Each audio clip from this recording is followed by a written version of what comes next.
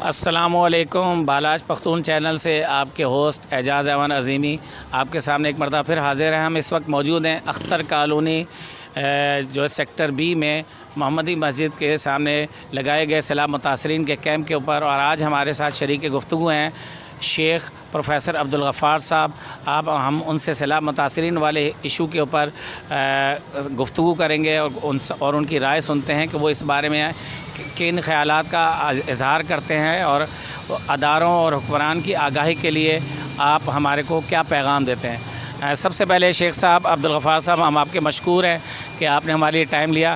السلام علیکم۔ السلام ورحمۃ اللہ۔ شیخ صاحب، جیسا کہ میں نے تھوڑا سا آپ کو پیش بندی کے طور پہ بتایا، ہم یہ سب سے پہلے آپ سے یہ دیکھنا چاہتے ہیں کہ آپ علاقے میں اور مساجد کمیٹی کی سطح پر جو مسجد نبوی کا ایک کردار ہوتا تھا قرون وسطیٰ تک، وہ اب ہمارے دور میں ناپید ہو چکا ہے، تو سب سے پہلے تو اس بارے میں تھوڑی سی عوام کی آگاہی کے لیے اور لوگوں کو موبلائز کرنے کے لیے مساجد کمیٹی کے حوالے سے آپ اس پہ کیا رائے دیں گے کہ جس طرح ہر دور میں ہم دیکھتے ہیں پاکستان میں جب بھی قدرتی آفات کا کوئی ایشو ہوتا ہے تو آپ کی مسجد سے یقیناً کچھ نہ کچھ ایکٹیویٹی ہوتی ہے، لیکن علاقے کی اور پاکستان کی دیگر مساجد میں ہمارے کو صرف اس قسم کی ایکٹیویٹیز نظر نہیں آتی، محض دعاؤں پر جو ہے نا بس سہارا اکتفا کر لیا جاتا ہے۔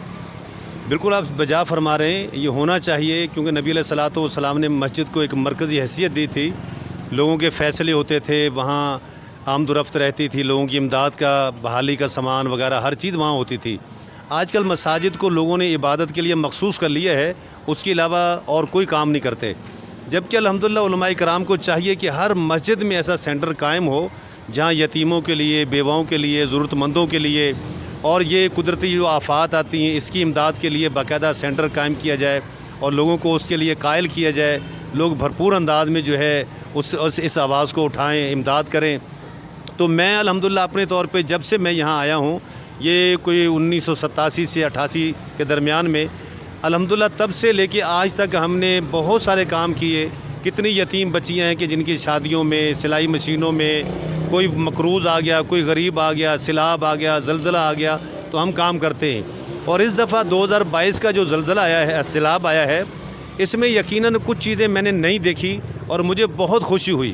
اس میں یہ کہ تحریک لبیک نے، تحریک اللہ اکبر نے، الخدمت نے، تقریباً ہر پارٹی نے، ہر تنظیم نے بھرپور انداز میں اس میں اپنا کردار ادا کیا، کیونکہ 2022 کا جو سیلاب ہے اتنی بڑی آفت ہے اور اتنی ناگہانی مصیبت ہے کہ جس کا اندازہ ہم لگا نہیں سکتے، کہ کروڑوں لوگ جو ہے نا بے گھر ہو گئے، لوگوں کے مال تباہ ہو گئے، مویشی بہہ گئے، جانوں کا ضائع ہونا، 1000 سے اوپر تو اموات ہو گئی۔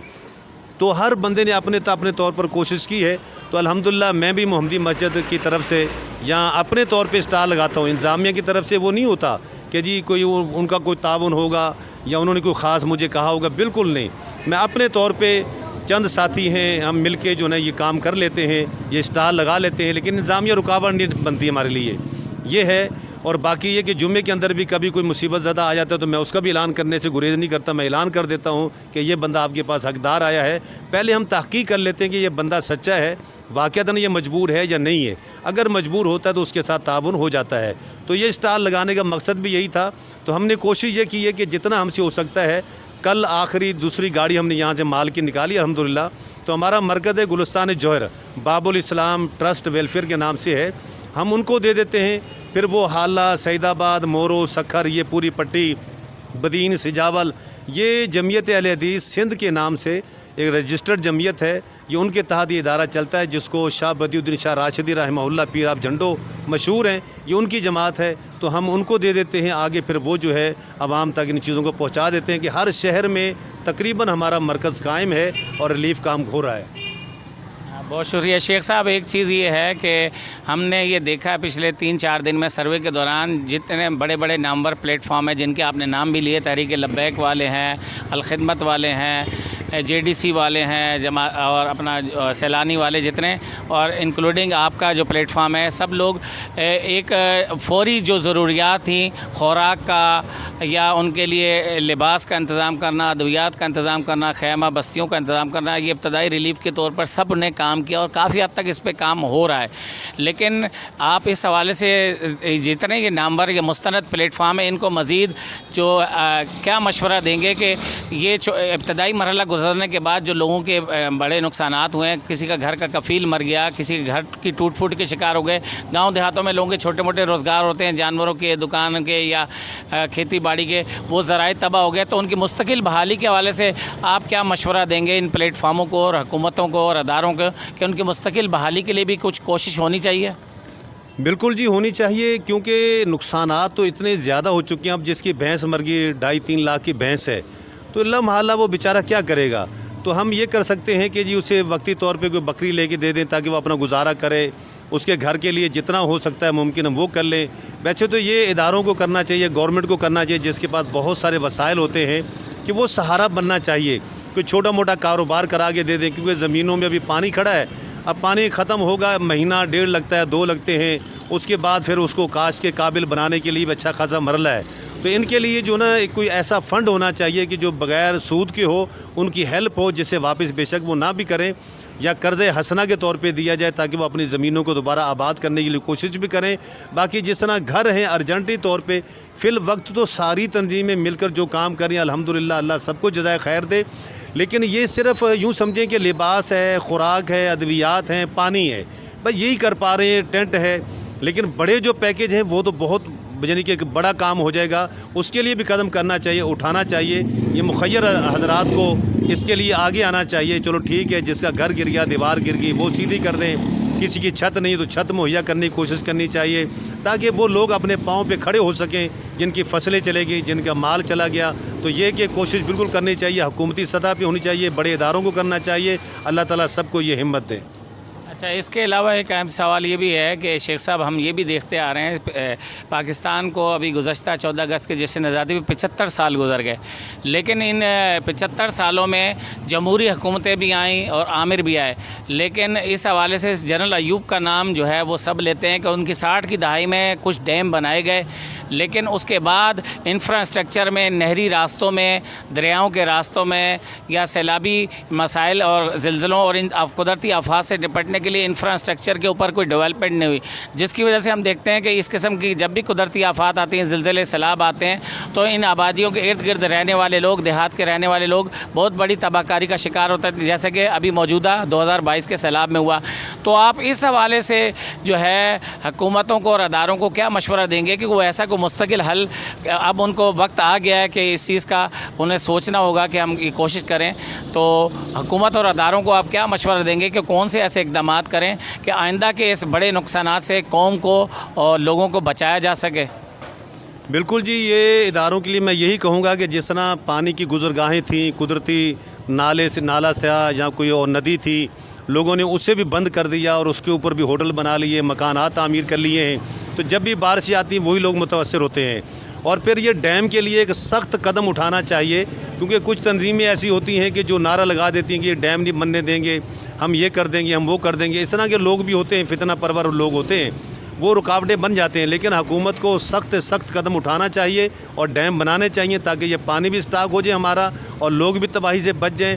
اور دوسرا یہ کہ جس طرح یہ ہوٹل گرے ہیں کالام والے، وہ بھی ناجائز جگہ پہ بنے ہوئے تھے، تو یہ حکومت کا کام ہے کہ لوگوں کو اس چیز سے آگاہ کرنا، لوگوں کو بتانا. لیکن کیا کریں، ہمارے ادارے جو ہیں وہ اس کام میں بہت پیچھے ہیں اور ان کو یہ سوچنے پہ مجبور کرنا چاہیے. عوام یہ آواز اٹھائے کہ یار یہ کیوں ہو رہا ہے. یعنی کرپشن کے نظر ہو جاتا ہے، ہر کام ہو جاتا ہے، پیسے دے کے سائن کروا لی جاتی ہیں، اپروول ہو جاتی ہے. تو یہ کہ ندی نالوں کے اوپر تو بالکل عوام کو اجازت نہیں دینی چاہیے کہ وہاں مکان بنائے. ابھی اندرونی سندھ میں یہ جو سیم نالے، یہ بہت بڑے بڑے نالے تھے، ان کو کلوز کر دیا گیا، زمینیں آباد کرنے کے لیے چھوٹی کر دی گئی، پلیاں چھوٹی کر دی گئی اور قدرتی جو پانی کا بہاؤ تھا وہ روکا گیا. اس کی وجہ سے وہ فلڈ جو ہے نا اور بڑھ گیا، اوور فلو ہو گیا. اوور فلو ہونے سے لوگوں کی کھیتیاں تباہ ہو گئی. اور پھر کچھ ایسے وڈیرے، کچھ ایسے ذمہ دار بھی آئے کہ جنہوں نے اپنی فصلیں بچانے کے لیے کٹ مارنے نہیں دیا اور وہاں بند لگا دیا اور عوام کو ڈبو دیا اور خود اپنی فصل بچانے کے لیے بیٹھے ہوئے تھے. تو حکومت کو سخت قدم اٹھانے چاہیے، ڈیم بننے چاہیے، پانی اسٹاک ہونا چاہیے. تو یہ میں یہی پیغام دوں گا اداروں کو کہ اس کے لیے باقاعدہ سوچنا چاہیے ان کو اور اس کے لیے کام کرنا چاہیے. شیخ صاحب آخری سوال میرا یہ ہے کہ مخیر حضرات کے لیے اور عوام کے لیے جو مصیبت کی یہ جو گھڑی ہے سیلاب کی قدرتی آفات کی، تو آپ مخیر حضرات کو اور پاکستان کے ایک عام آدمی کو اس حوالے سے کیا آخری پیغام دینا چاہتے ہیں؟